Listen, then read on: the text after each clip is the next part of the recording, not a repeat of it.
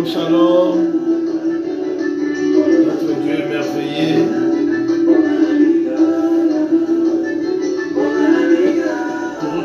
Shalom na biso.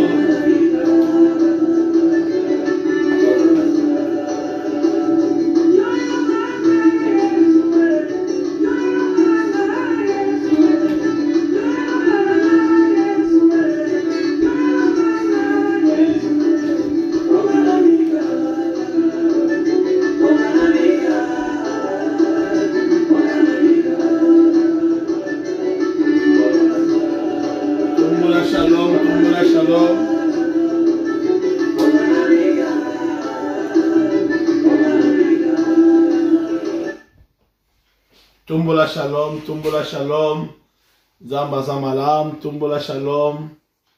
Là où nous sommes, te pesi Nzambe lokumu, te pesi Nzambe merci pour la bolingolaye, te pesi Nzambe merci pour sa bonté, son amour, te pesi Nzambe merci pour la bolingolaye, apesi biso na pokwa et alléluia, tu bali ko pesa merci pa na Nzambe, alléluia, alléluia.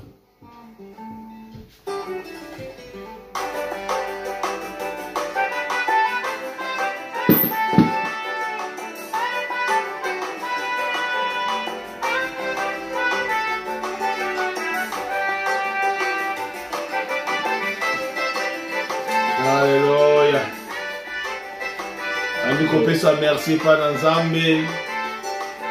Pour la bolimola ye, pour la mawana ye, son amour. Ala kotombola merci pa na Nzambe, alléluia. Ala kotombola merci pa na Nzambe. Ala kotombola merci pa na Yahvé. Tombola merci pa na Yesu Kristo Nzambe amitema na biso.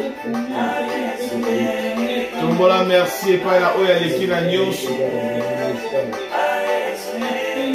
Alléluia.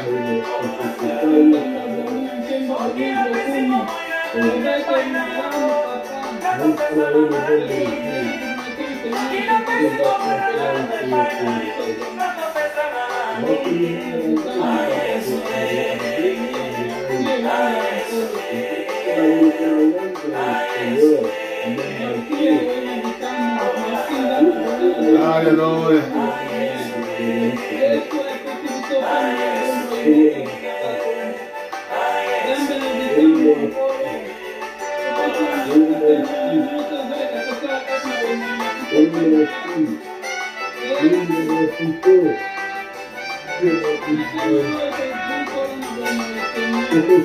Tumbola lokumu epai na Yahvé. Alléluia.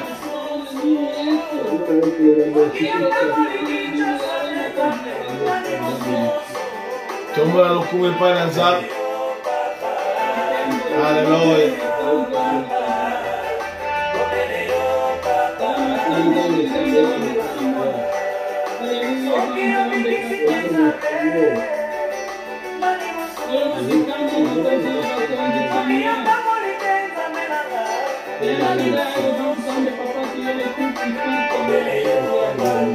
Pesa lokumu la Nzambe. Pe koloba ete kokaba susu mitema na biso epai na ye. Kokaba mikuma na biso epai na ye. Alléluia. Obi yakala ngai bino bapeleme na mikumba na pesa bino kimia. Alléluia. Gloire à Jésus, gloire à Jésus. Mana komika bepa na Nzambe. Pesa lokumu, pesa Nzambe motema, bavi na yo. Sentiment na yo, pensée, désir na yo. Alléluia.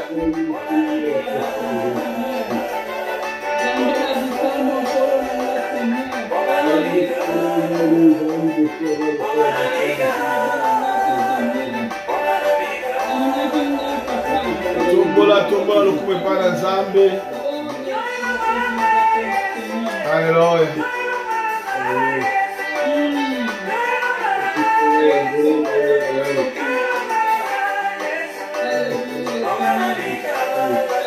Yesu.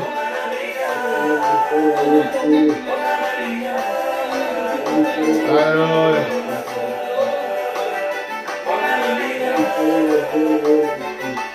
Alors comment de pas ensemble.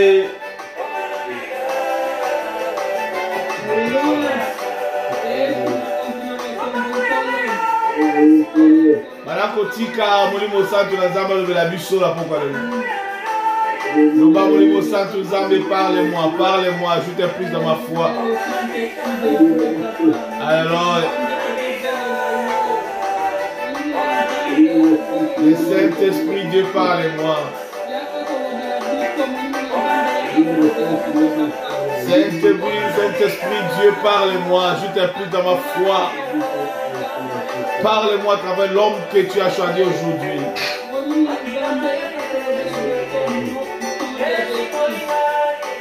Yes, yes.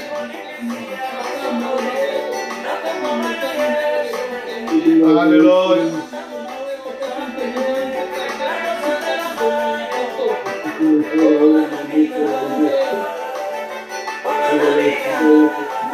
Jésus, parle-moi, Seigneur.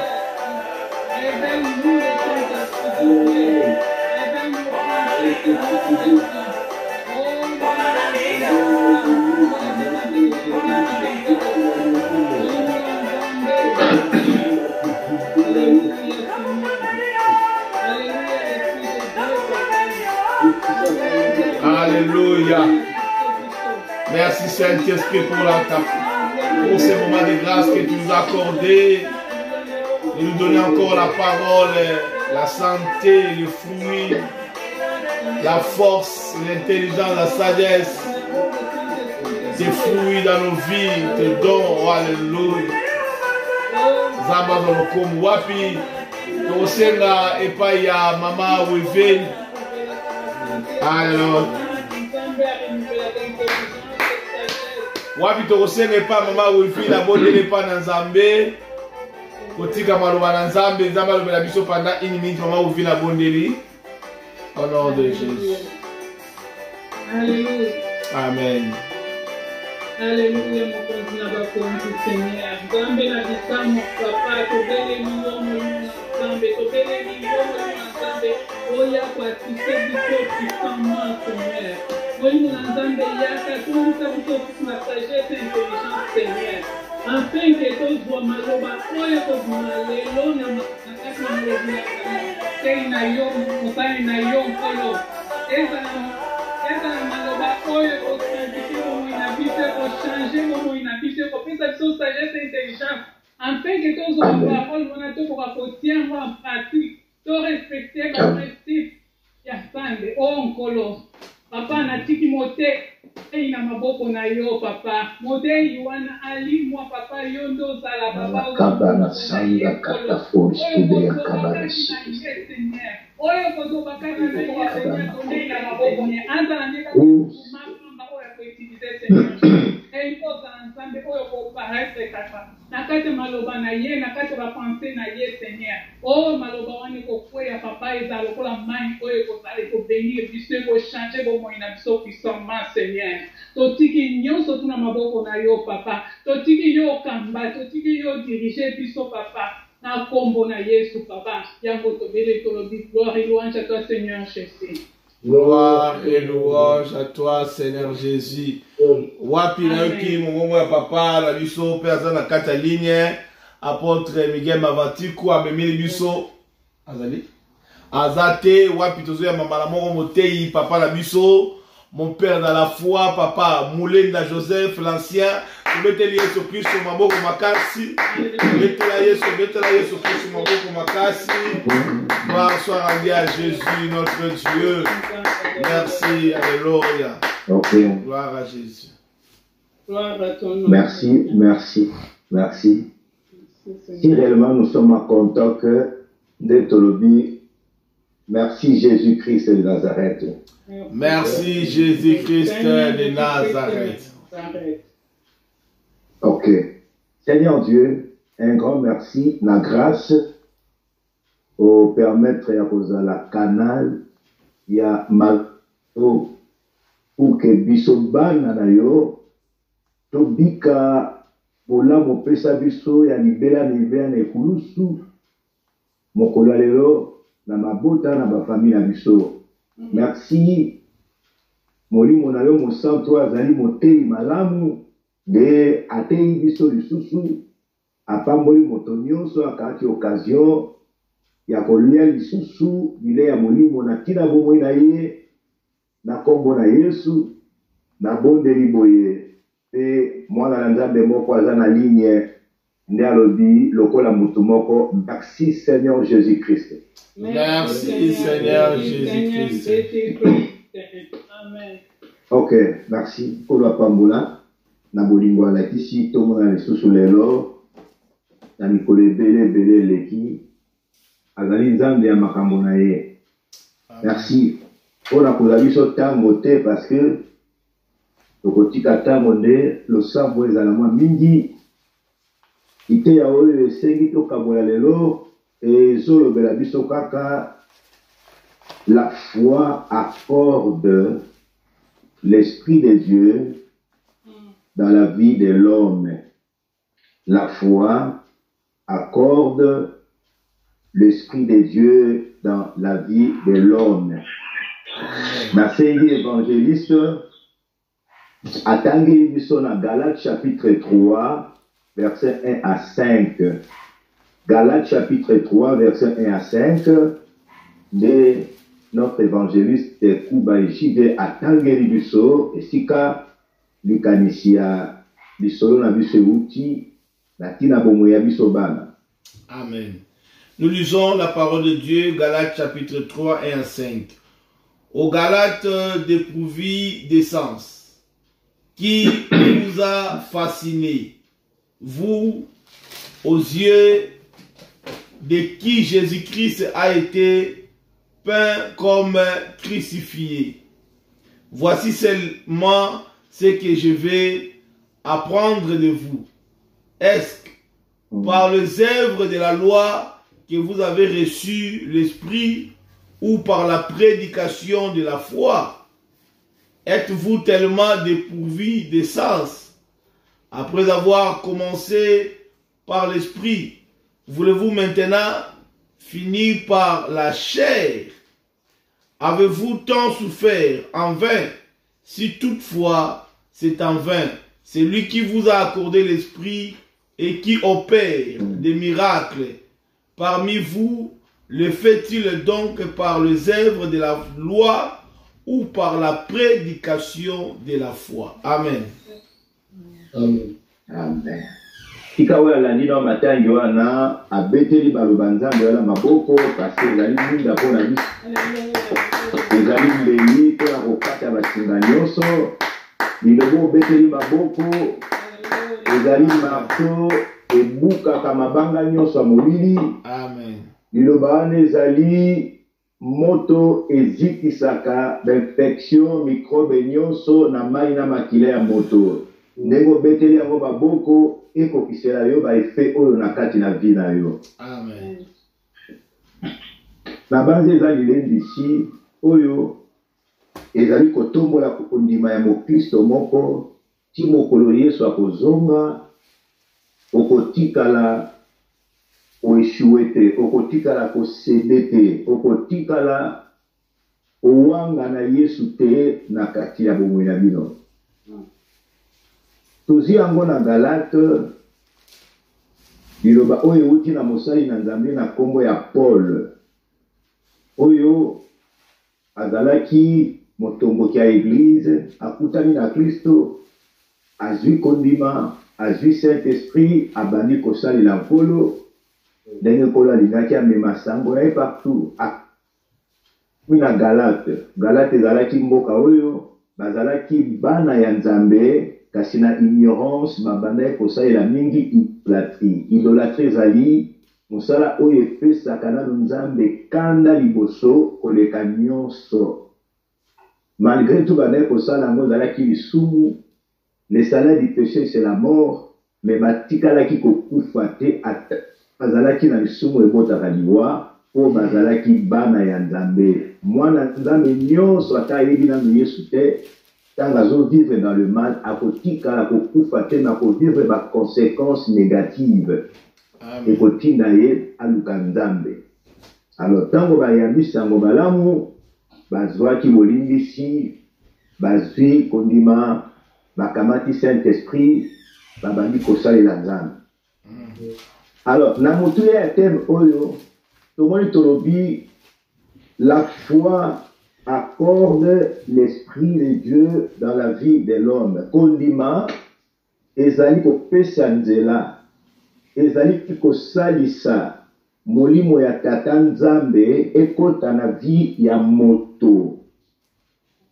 L'homme oyo nakomiawa na lettre H nakomi yango na majuscule. Donc ezotalisa moto tozoloba ezali ka mwana mobali te. Quand on dit moto na lettre majuscule azala mwasi azala mobali jeune fille to jeune garçon oyo tolingi tolobela biso lelo. Kondima et accordaka l'esprit de Dieu na kati na vie ya mobali ya mwasi ya jeune garçon ya jeune fille. Kondima kondima ezali nguya ya nzambe oyo ekotelaka moto kaka na nzela ya kondima sango malamu na Kristo.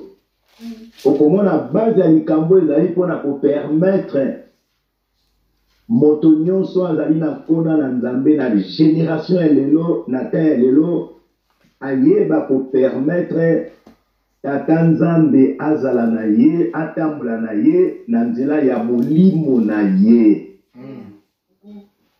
Tozali na milimo mine oyo existaka na monde.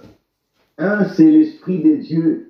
L'esprit de Dieu, c'est Dieu lui-même. Oyo esala likolo na se, esala biloko nyonso, oyo emonanaka na oyo emonanaka te. L'esprit de Dieu. Otali na Genèse babi na au commencement na ebandeli. Donc oyo aza ebandeli, c'est Dieu. Mokili ezalaki en forme vide, c'était seulement l'esprit de Dieu qui se mouvait. Yango moto esala mokili epesa forme esala biloko nyonso. L'esprit de Dieu yango eza na nguya koleka nyonso. Après l'esprit de Dieu, il y a l'esprit des anges. L'esprit des anges, nous allons à deux catégories à anges. L'esprit des anges. Les autres, nous allons à anges et nzambe. Oh, bazali ba serviteur ya nzambe pour na servir bana ya nzambe. Il y a aussi les anges. Oh, bato sakate bakoma ba démons. Nous soumettre la bango tozobe na Satan Lucifer. Bangonde bazali ba ange oyo lelo bazo sala misala nyonso amabe. Et en plus il y a l'esprit de l'homme. Alors na ningoye baboye l'esprit de Dieu et sala biloko nyonso. Yango zala nguya nyonso au-dessus de tout. Après l'esprit de Dieu, nzamba sala ki classement, c'est l'esprit de l'homme. Parce que moto oyo nzamba so prophétisa zoloba faisons l'homme à notre image.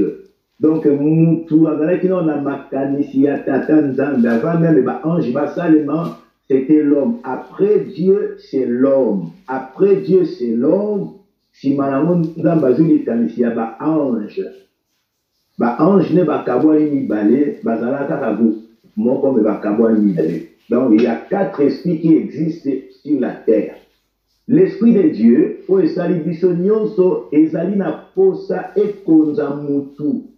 Po mutu ayeba ye, po mutu asalela ye, po mutu apamwama, po mutu exister éternellement devant lui pour l'adorer éternellement.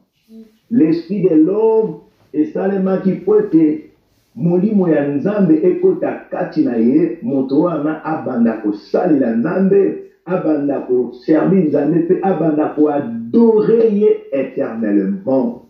Yango molimo ya tata nzambe ebongoma mpona moto.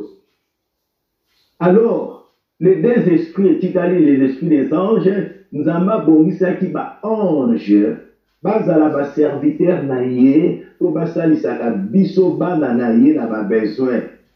lokola Zacharie tango alinga message ke akobota batindaki ba ange. Marie alinga zemi nzamba batindaki ba ange bazalaki disposé comme des serviteurs de Dieu pour va kokisaka ba besoin na biso bana. Donc ba ange ya Nzambe, l'esprit des anges oyo bazali na ngambo ya Nzambe bazalaka ba serviteurs ya Nzambe pour na biso bana na Nzambe. Alors, l'esprit des anges est déchu, l'esprit du diable. L'esprit du diable est allé pour que Yangonde et Telemena et Bebisa makanisipe aposa ya vie ya moto. Lelo molimo wa Nzambe na molimo wa Satan ezali na posa ekonza mutu. Nzoka mutu abongama kaka akonzama na molimo ya tata Nzambe. Po molimo ya tata Nzambe soki koti na moto epesi moto bolingo ya kondima liloba Nzambe, epesi moto bolingo ya kosalela Nzambe, epesi moto bolingo ya koadore Nzambe de maintenant jusqu'à jamais. Amen. Et kotika la kosala mutu mabe ata mokolo moko te. L'homme est disposé pour être rempli de l'esprit de Dieu. Mais tant ange désobéir, ba boîte ici, il perdu le col en Nzambe pour akamba mutu. Ndoka kati na ye akoki kozana bolamu te po bolamu ezaka na molimo moko ya tata Nzambe. Azami balete azaka ka moko bolamu ezaka na Nzambe. Mais l'esprit a diable tango komi le col en Nzambe, yepe posa na ye akamba mutu. Oh soka kambi mutu akobando mema mutu na haine. Akobema mutu na jalousie, akobema mutu na mensonge, akobema mutu na misala ya mabe, mpo akende kosala ye mabe akufa éternellement na fer.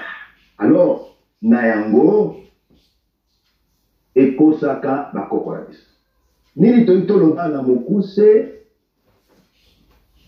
Nzambe tango atali ke moto ndabongami mpo na ye, me tango moto akosami alakelami mabe abwakisami Satan a profité akomi instrument na ye akomi kotambusa ye na baposa na ye ya mabe. Moto atiki foi atiki yango. Ndoka foi ebongamaki mpona moto ekotaka na tango moto ayoki maloba Nzambe akamati foi poinde a permettre moto abanda kosangana na molimo ya tata Nzambe. Tango moto atiki liloba atiki kondima akozala susu na molimo ya Nzambe te, mais Satan moto abando mema ye na bamisala ya mabe. Alors, lisolo na biso ya Galatie ezolakisa biso Paul tango ayambi liloba Nzambe akamati foi azwi na molimo santu. Okomona na 1 Corinthiens chapitre nango 9 verset nango 15 kino na se Nzambe azoloba naponi yo lokola instrument na ngai omema sango na ngai na bikolo nyonso na milimo nyonso po bato bayeba ngai. Paul akomaki na Galatie akuti bango na idolatrie. Mais na motema na yebi ke ba oyo bakozala bana Nzambe ya liboso fo bakamata kondima a présentaki bango la bonne nouvelle de Jésus-Christ. Yo motozo yo kangaye mokolo ndimaka sango malamu na Kristo il faut yeba boye bilakeli mabe ya dana elongwa masumu elongwa okamata foi. Soki okamati foi ekopesa yo nzela et accorder yo l'esprit de Dieu kati na yo. L'esprit de Dieu kati na yo. Soki molimo Nzambe koti kati na yo ebandi kotambusa yo na mokano ya Nzambe pona kosalaka volonté ya Nzambe. Yango moni Paul tango a présenté la bonne nouvelle de Jésus, les Galaties bayoki bayambi yango bazui foi. Tango bakamati foi, molimo santu akoti kati na bango. Maman, papa, ndeko mwasi mobali. Soki ondima sango malamu ya Yesu, ososola yango parce que sango malamu ezali kaka koyeba liwa pe lisekwa na ye. Soki ososola yango malamu yeba ete ozali na foi. La foi qui veut le monde. foi ezali nguya ya nzambe oyo ekolongisa makambo nyonso na lisungi ya molimo mosantu. Tango bakamati foi na kati na vie na bango, molimo santu akoti, tomoni babandi kosala volonté ya nzambe. Babandi kosala volonté ya nzambe. Moto nyonso ozolanda ngai, soki vraiment oza na foi, okomona molimo santu akopesa yo makoki osalaka volonté ya nzambe. Kondima Yesu kozwa foi eza maloba te. Soki foi ekoti directement a aider molimo ya nzambe, molimo ya nguya, molimo ya makoki nyonso, molimo esala biloko nyonso, ebanda kokamba yo selon volonté de Dieu. Et lorsque vous êtes conduit par l'Esprit de Dieu, ozali elongo na nzambe. Si Dieu est pour toi, personne ne sera contre toi. Bagalasi tango bazwi foi, molimo ya nzambe akoti kati na bango, abandi komema bango selon volonté ya nzambe. Volonté ya nzambe yebanaka na makambo mine.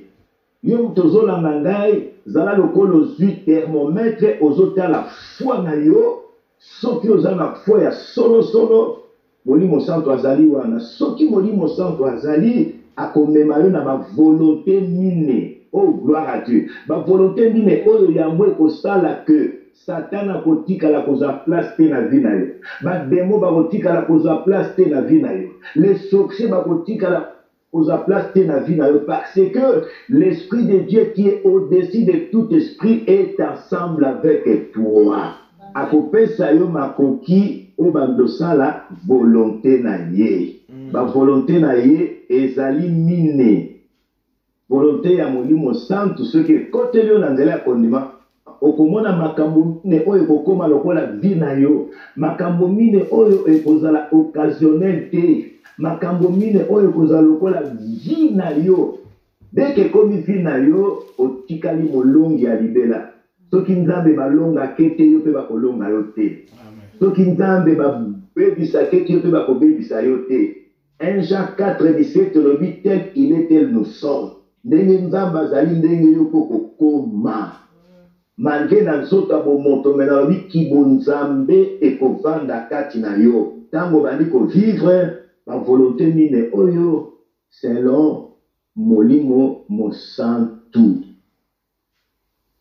Volonté ya liboso oyo molimo santu ampeso sala akokomisa yo un vrai témoin ya Jésus. Un vrai témoin ya Jésus. Quand tu as reçu la foi par la prédication ya foi ya Jésus, okokoma témoin na ye. Acte chapitre 1 verset 8.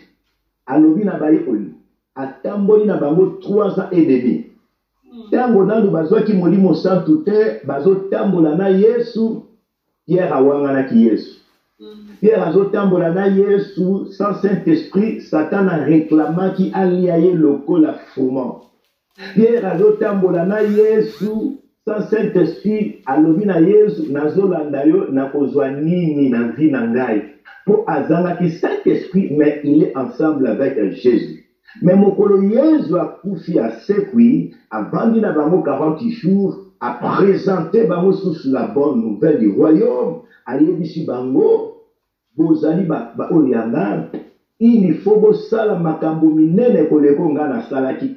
Kasi il faut bovanda, bozela ti bokolo molimo santo akoya, akoza place après bokomi ba témoin nangai. Celui qui a reçu la foi par la prédication de Jésus. La première chose, le Saint-Esprit doit entrer dans sa vie et kokisayo okoma témoin à Jésus. Témoin à Jésus.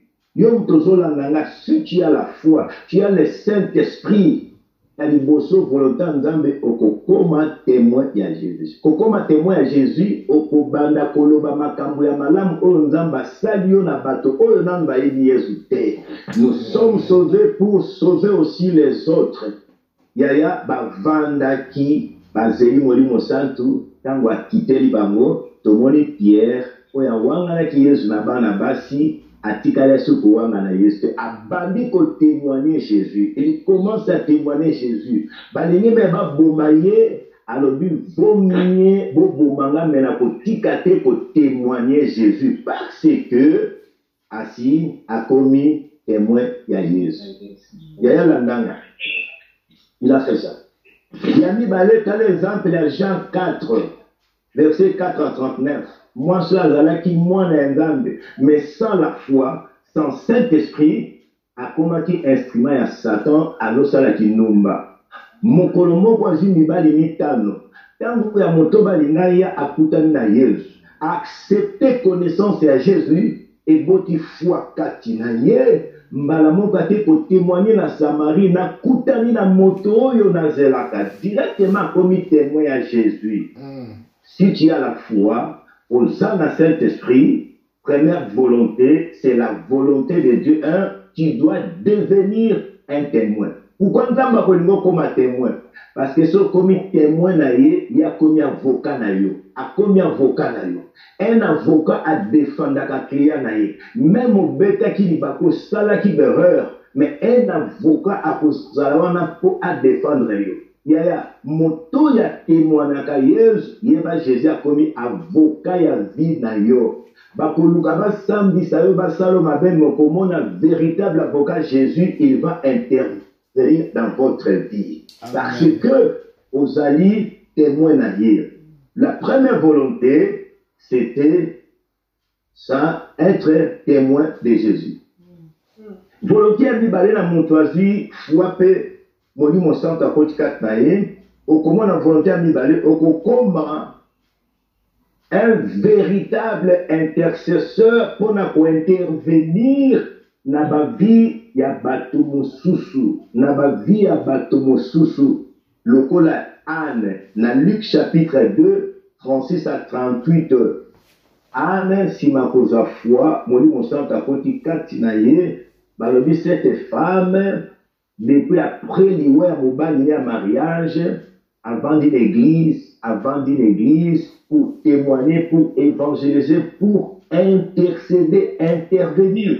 Donc, le sambo est comme ma vie nayo, prière et vie nayo, parce que tu as le Saint-Esprit à toi. Quand tu as réussi la foi, le Saint-Esprit à côté nayo, volonté à misa tu as Zambé, et pour comme ça comme un vrai partenaire. Un partenaire où kobanda ko soutenir ka œuvre ya Nzambe na kati na babie na yo na botu na yo okobanda ko soutenir basali na Nzambe okobanda ko soutenir ba veuve okobanda ko soutenir ba orphelins même les enfants abandonnés. Les troisième volonté na moto oyo akamati Saint-Esprit na nzela ya foi. Quatrième volonté en Nzambe la moto oyo a Saint-Esprit na foi akomaka un vrai adorateur. Pourquoi? Parce que okoma mo Christ zabie mais ko bomba ki mo Christ nde eleki. Okoma mo Christ zabie mais ko battre la vie chrétienne jusqu'à retour à Jésus na ebisu ya moni c'est très très important. Alors, pour garder la vie éternelle, il faut comme un vrai adorateur, comme la Bible nous dit, un vrai adorateur adoreront le Père en esprit et en vérité. C'est cela qui est l'adorateur que Dieu la cherche. Bangwana Nzambe azoluka. Alors, Nzambe na planaye, mwana na Nzambe nyos, oya yoki sango malamu wa Yesu, azui foi. Pour accorder au Saint-Esprit à commémorer na ba volonté mine oyo. Les 4 volontés oyo ezo permettre bonzambe evanda katina yo et salama kilo la vie Daniel et salama kilo la vie et Abednego Chandrak et salama kilo la vie même il y a David na katina bongo na ba. Alors tomoni Paul awazoloba oh Galatie, nani alokibino lelo na limina sunga biso na kondima pe na Saint-Esprit ezana ba obasi ba yambi Yesu bazu foi bazu na molimo santo okosala constant na vie na yo ozalaki un bon témoin lelo komona eza na bato mosusu baza na église bakomi basali bakotaki po yo moto témoigne mokosala constant okomi faible eza na bato mosusu lelo église ezorégne ezomarche parce que tu étais un vrai intercesseur mais lelo vie ya prière eza ya kokita eya na bato mosusu ntango ozwaki saint esprit na moyen ya foi babandaki kotinda yo te osoutenir église au respecter la loi des données, tu le faisais ça sous l'onction du Saint-Esprit. Il y a déjà aux alliés au Yéba qui Saint-Esprit, comment il adorait Dieu. Un véritable adorateur a Tchakanzambe la première place, il y a Makambunaye Nyoso. Il y a Modaki via Bagalasi. Alors Pierre, Paul, Azala qui apporte, a Tekoso la Moussala Tangwazongi, a Kouti Bagalasi. Akukuti bango témoignage ekufi intercession via prière ekufi akuti kati na bango bokauke koti na vie na bango akuti kati na bango adoration zongi ya bikeko. Ok, les vrais adorateurs badoraka liloba nzambe batiaka liloba nzambe en première place. Alors Paul tango atali alobi non moto asakamati foi Mouton Sakamati Saint-Esprit. Jamais, jamais à koki ko zonge la baloi ya mokili. Yangwa binisi mo. Alobi bozbaz. Zoba boye nani ya loki. Na yina bisa mwana nzambe moko. Banza mukolo zwaki foi. Ozwaki Saint-Esprit. Tala ndengo zalaki mukolo mobimba soko beti sango malamu ya Yesu te oana kindia te. Parce que le Saint-Esprit, la puissance de Dieu était en toi. Ceux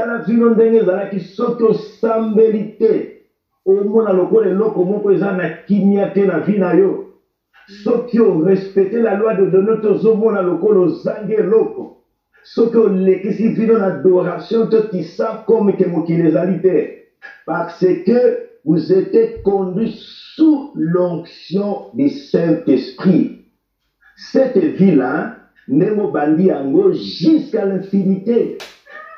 Jusqu'à Mokoloye, soit Koyato Mokoloye, soit pour permettre 120 ans ou 100 ans au Titi Mokili. Alors, Paul Tangoya, Pouti Viona Ezate et Sili, Yango Lobi, qui vous a fasciné? Moi, Nzambe, Soto Bandakana, via Saint-Esprit. Au Banda témoigner. Au banner pour intercéder, au banner pour respecter ma Bible, au fond, pour salir sa bateau, aux alaki pour adorer parole de Dieu plus que les statues, aux alaki pour adorer parole de Dieu plus que l'eau visible, dans le bi, nieba yango, aux alaki conduit par le Saint-Esprit. Ce qui les au salé matin, arme à Satan et zali envoûtement.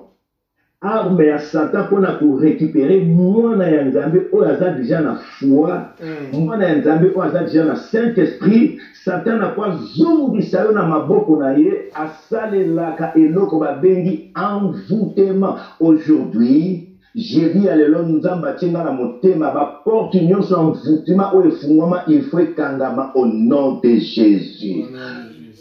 Force ya Satan pour récupérer église. Aboma église, aboma biso basali ya nzambe, aboma bana ya nzambe, abebisa ba projet ya nzambe a utilisaka envoûtement. L'envoûtement tolobaka tika toloba, mais ezali une influence ténébreuse oyo diable a utilisaka pona yo chrétien oyo zomema foi, oyo zomema Saint-Esprit, mukolo présenta ki témoignage au nyabatu. Satan a sepelaka na yo te. Obikisa bato a sepelaka na yo te. Satan alala akatazo tambola lokola nkosi koluka bato kolia po azwa mokristo a présentaka l'envoûtement. Yango po lobi qui vous a fasciné nani aloki bino. Musala oyo bande kosala. Chaque jour bozo prêcher bato bazo bika. Ozalaki témoin na famille na yo, témoin na quartier na yo, témoin partout les vous allez sauver. Vous allez qui monter ce qu'on bombe pour l'église pour prier et total à l'élo. au constat constant, pasteur Azar, pasteur d'église, mais Azar équipe d'intercesseur qui va prier pour lui. Et pourtant, dit des zones, makande, mokenge, panzana. Mokenge, il faut les gens qui prient jour et nuit pour eux. Au consenti de l'église, qui prier pour l'église. Il est pour un pasteur, il est pour un projet. Pour les Kokutango et Zosalema sous terre. C'est la même chose dans Zolo Banalelo. Dans moi, dans Zambo Zolandanga. Tala Mukolo Bate ma sainte fille Salaka na Vinayo. Ozo Sala ba intercession, ba prière, il y a 4 à 5 heures du temps. Ozo Sambe la miracle et Ozo Salema. Nazo Biso parce que vous êtes conduits par l'Esprit de Dieu. Mais Ozana Lola Tozana monde. Le première tactique qui a diable, c'est l'envoûtement. Qui vous a fasciné? Nanya Loki, Bobanda qui n'a molimo, Batobatonda qui n'existe parce que vous êtes conduit par le Saint-Esprit. Ma prière et bandon ça la miracle, vous êtes conduit par le Saint-Esprit. Vous soutenez l'église de Dieu parce que vous êtes conduit par le Saint-Esprit. Boboya qui quoi adorer Miké, comme Daniel a béni au Shabbat, Boboya qui quoi adorer Bastat. Même de manière aujourd'hui, aux gens a droit d'adorer l'eau comme côté aux Alibans la parole de Dieu. Mais aujourd'hui, il y a même déjà, à cause il y a malade, à cause il y a Bampiaka, il adore Satan. À Koutiamona Galatie Zosalema, non, qui vous a fasciné pour banda qui n'a Saint-Esprit, pourquoi vous avez Salamusuni et qu'au Simbate. Le corps a possible au banda qui n'a vie à prière, au banda qui peut gagner battre, au banda qui peut prier, au banda qui peut soutenir, au banda qui peut adorer, à terre au local, mais et qu'au Simbate parce que c'est lui qui vous accorde l'esprit. Il s'appelle l'alpha et l'oméga. Il s'appelle le commencement et la fin de toutes choses. Et c'est Jésus l'avait dit que tout pouvoir m'a été donné dans le ciel, sur la terre. Je vous ai donné ce pouvoir de marcher sur Satan, les démons et les mauvais esprits. Nazolo banayo zola nangai. Soto zalaki osali constant. Ozalaka mutu ya ko gagner, mutu ya ko évangéliser, mutu ya ko pangwa manambongo. Mais les loza ko kauka nazoli sayo et ko simbate. Il faut ozonga ndenge ozalaki. Il a dit qui vous a fasciné jamais bobanda qui na molimo centre bolini bosili sana mosuni jamais bosili la terre parce que besoin qui foi pour boto ça qui de deux côtés. Ah, ce qu'il a présenté qui dit non, la mort et la résurrection de Jésus. Il y a un mouton sur ça poufi à Tikali, à cimetière à Tikali. Mais il y a un mouton qui a sangisi biso à poufa pe à ses poids. Après 3 jours, il est vivant. Ce qui est mouton fait ça qui au Saint-Esprit naïe, ata ou quoi 6 fois, 7e fois, il faut tomber la yo. Il faut tomber la yo. Yo mouton comment qui déjà pour les manami, les longs mouton dimé la c'est quoi, il faut tomber la yo. Amen. Ayoka ki aba lobi na bango e ba yoka ki e. Na lobi ba zongela ki vi ya molimo santo. E na ina bizape mutu moko. Tanto zola nanga makambo na zolo ba uzo ba te comment faible. Comment faible na makambo nyonso. C'est par rapport l'envoûtement et ça coexister.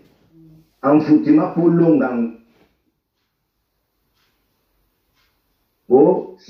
Pour l'envoûtement, il y a à la fois, on a Saint-Esprit, secret dans nos acamoko, secret dans nos Jean 8, 32, 34 à 36. Vous connaîtrez la vérité et la vérité vous affranchira. La vérité vous rendra libre. Explication dans l'âme qui est envoûtement. Ceux qui ont dit, secret ou envoûtement, dans la mission que, aux airs kolemba, d'abord appelé son makas.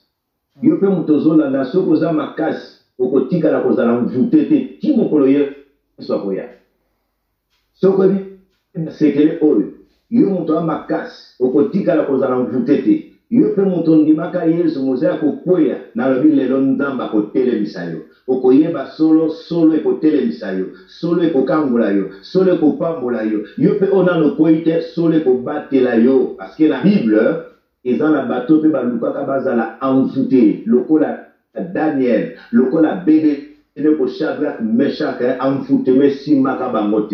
Et de la même manière, cette vérité est pour protéger eux. Le Dieu de la Bible, le Dieu de Daniel, c'est notre Dieu ce soir. Akosimbayo, akobatelayo. L'envoûtement, c'est quoi? Envoûtement, ils allaient simplement influence aux autres dans la force, il y a ténèbres. Monde ya ténèbres, il y a monde ya molili ya sorcellerie. Monde ya molili ya bobazo pratiquer fétiche to magie. Maintenant, influence ya ténèbres, yango et ya ka envoûter. Comment? Et ben, nakana une personne. Il y a d'abord qu'on utiliser comme mutumoko. L'influence ya ténèbres à l'okio. Envoûtement. Et il y a kananzela aussi, il y a un groupe de personnes. Na vie na yo ko kozala soko ba me ko sambela ko prier zo sala makambo na utoloba o priaka o témoignaka o soutenaka o adewaka nzambe metango sangani na mutu moko soki foi no bandi ko mata kangama na mutu wana mais soko kangami na mutu moko via prière ekiti via adoration ekiti via la loi de donner ekiti azali canal ya envoûtement nakati na vie na yo. Influence ya ténèbres et banakana une personne. Deuxièmement, deuxièmement, na un groupe de personnes. Yebaka okobando sangana nani, okobando solana nani. Bamusunda besoin d'éducation à partir de la famille, à partir de l'église. Mokomona bando sangana bato balobaka trop négative. Négatif. Vous êtes déjà connecté à l'envoûtement. Au ça la constante vie. Il y a témoignage ekiti. Vie à prière ekiti. Vie à kupambwa manami solo ekiti. Il y a pour adorer la parole de Dieu plus ekiti na kat na vietnal. Le troisième point au diable la côte ça envoûtement ne pense il y a ténèbres et aller au milieu. Il y a ba objet. Na ba objet ezana eloko. Ezana mbongo. Ezana elamba. Ezana bilei. Ezana maya komela. Ce sont des objets. On le diable a pour utiliser comme canal d'envoûtement pour que molimo santo oyo kamati na foi. Oyo abandai komema yo na makambo kitoko. Alemba. Ce sont des objets quelconques. Yango basala qui constant pour biso banso to za envoûter to ça la statue. Moto nyonso akofuka melekeko yo te akokota na moto. Mais ba o lokwa bazaki rempli na Saint-Esprit, ils ont refusé. Et c'est la même manière aujourd'hui.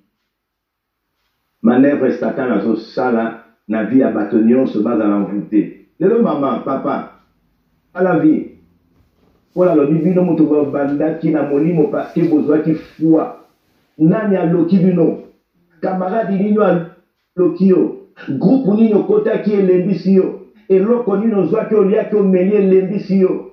Mpola eko lo bateau sur lembi eko simbate parce que la foi que vous avez reçu et accordé qui vient au Saint-Esprit et où t'as qui n'a pas loi mais où t'as qui n'a prédication il y a foi il y a Jésus la prédication il y a Jésus nous te produisons qui foi la foi ils a pouvoir il y a Nzambe abondela qui ba porte ya envoûtement et kangamaki et montre combien envoûtement à une personne montre combien envoûté dans groupe ya bat montre combien envoûté dans un objet envoûtement pour rendre un aveuglement ou comme dominer pour comme esclave ou comme limiter la vie na yo ou comme manipuler ou comme boya même makambo kitoko mutumso azalaki très bien propre soin. Mais lorsqu'il est venu envoûter, c'est fini. Très sale. Makamba pito ko installe malisous na katia vie. Ce sont des choses oyo ezokota na kati na vie. Mais la lingina sukisa kolo ba pona lobaki ke ekotika la kosibate parce que vous êtes conduit par le Saint-Esprit. Makambo bobanda ki na foi na Saint-Esprit ekoti ko bebate. Pour délivrer bango à présenter qui vérité. Et aujourd'hui, cette vérité, ils allaient mon quoi pour libérer yo, obliga toujours l'esprit de Dieu katina yo. Alléluia. Motonino azala nzela na yo, alingi aboma kwa na yo. Batunino baza préparé na nzela na yo. Et loko nino eza disposé pour toi. Mayo melaki, bile oliaki, mbongo zwaki, nalobi soke komelaki ekutaki na Saint-Esprit, lelo Saint-Esprit, azana makoki ya kosuka yo, lokola Paul azoba na Galati chapitre 5 verset 25 alobi, si nous vivons par l'esprit, marchons aussi selon l'esprit. Na Galati 5 18, si vous êtes conduits par l'esprit, vous n'êtes point sous la loi. Yo mutozola nangae, malo vous êtes inspiré dans Saint-Esprit. Ce que vous dit, maman, dans la vie à Saint-Esprit, vous avez la carte na vie na yo. On vivre la vie à Saint-Esprit. Et celui qui vit sous l'onction du Saint-Esprit, azata na la loi mon côté. La loi nyoso dia da la première loi c'est l'envoûtement. Mais na dit son pourquoi tous les envoûtements et vous en avez au nom de Jésus-Christ de Nazareth. Parce que autant ça qui libère côté mais tu avais cru la prédication la foi. La mort et la résurrection, la mort, et si quand on va foutre qui va la mort, et si quand on va sacrifier qui vit naïe. Alors dit même que ce qu'on dit, nous comme mon doit sika, ma cambonio sur la calé pour sa place na kati na vie na yote. Et c'est la même chose aujourd'hui. Que le Saint-Esprit aille ba pour sa place na kati na vie na yote, on va yo qui vérité, moli mon santo a libéra qui bango. Et le lope na zo bisayo, moli mon santo azan la makoki a libéré vie na yo. Yo motoza toujours en pleine onction, le Saint-Esprit va augmenter votre foi. Akopeso baye ya komona. Mutu nyonso akoya na ngambo no pa mputo yo ekosimba te. Groupe nyonso ekobonga po mputo ekosimba te. Eloko nyonso bakobongisa na monde ate po mputo yo ekosimba te parce que celui qui est à vous est plus grand que celui qui est dans ce monde. Amen. L'envoûtement sur les places et même aveuglement. Et dans une vision de l'aveuglement en place dans la vie notée. Au bas de monde a sous vision té. Au bas de monde a été macambadité au bas de l'obélayo. Mon ninga kolobelo macambadité au kondimamote parce que déjà vous êtes aveuglé. L'envoûtement est aveuglaka. L'envoûtement est dominant comme esclave. Ou avancé té. Au tika la kake sikawana. Et tinda kamuta ça la limité. Et l'envoûtement est manipulé la kamuta ça la toujours macambwa mabé. Mais Paul a dit jamais pour ça parce que on a présenté qui vient à longa makamonion surtout. Et Jésus a sanctifié le lot à longa makamonion. Yo mutoza en pleine foi, il va te protéger. Yo peut mutomo une fois nous a koningana, il va te soutenir ce soir. Amen. Que Dieu bénisse sa parole. Amen. Amen. Gloire à Jésus, gloire à Jésus. Voilà, vraiment, nous sommes vraiment bénis. Tout pas moi mis. Tout senga na l'homme de Dieu. Pasteur abondeli pona maloba pona biso nyonso.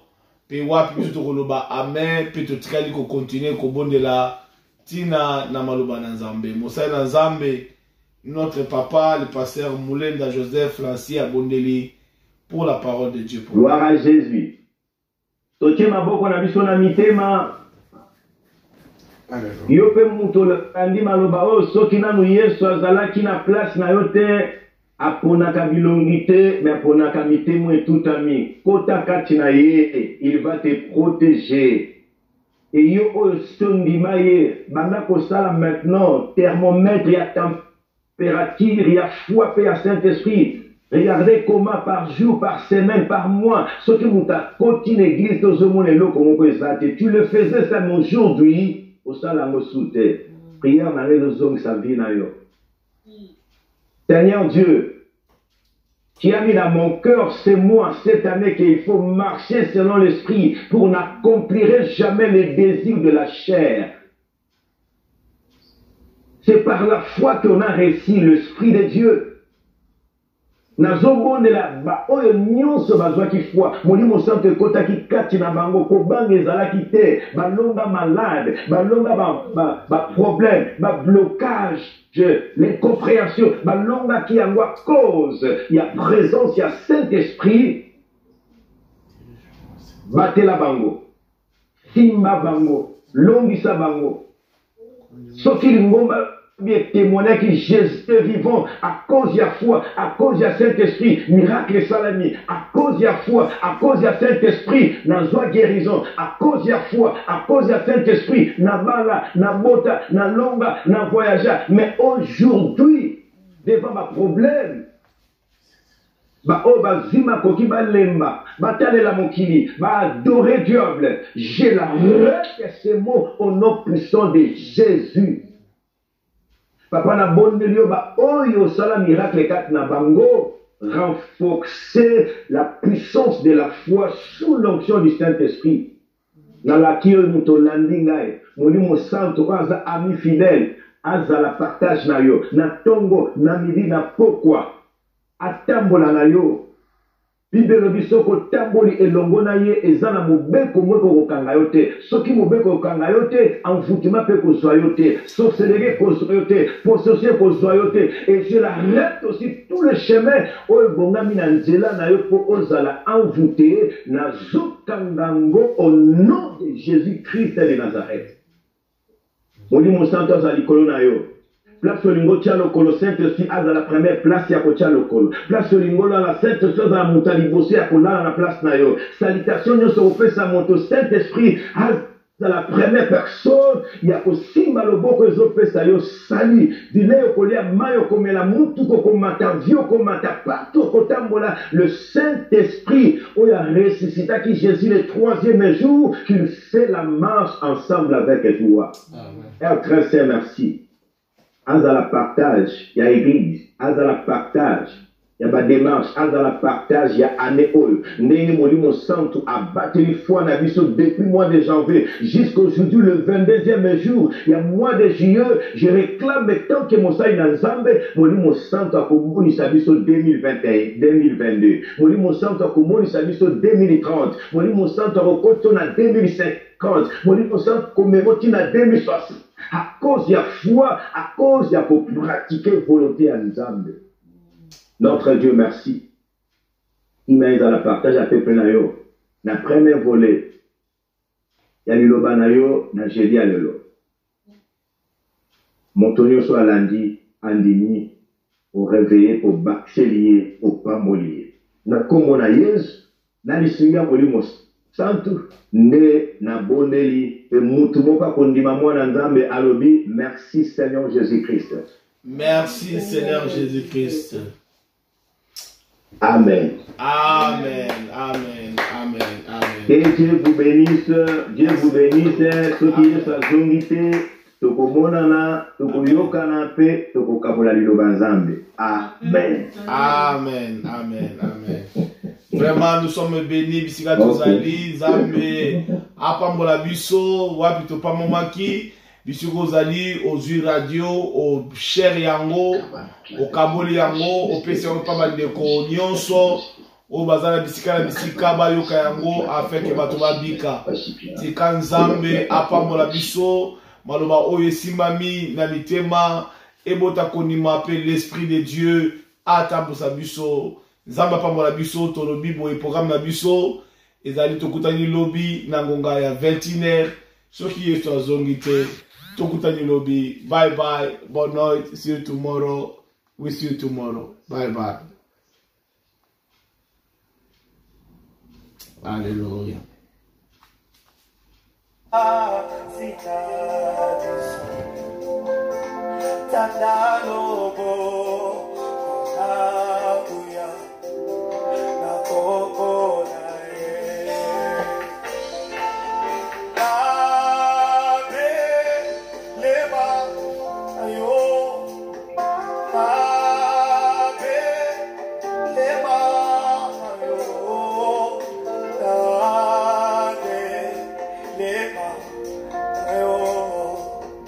Zabe, Naba, Imbana, Bele, Mana. Alléluia.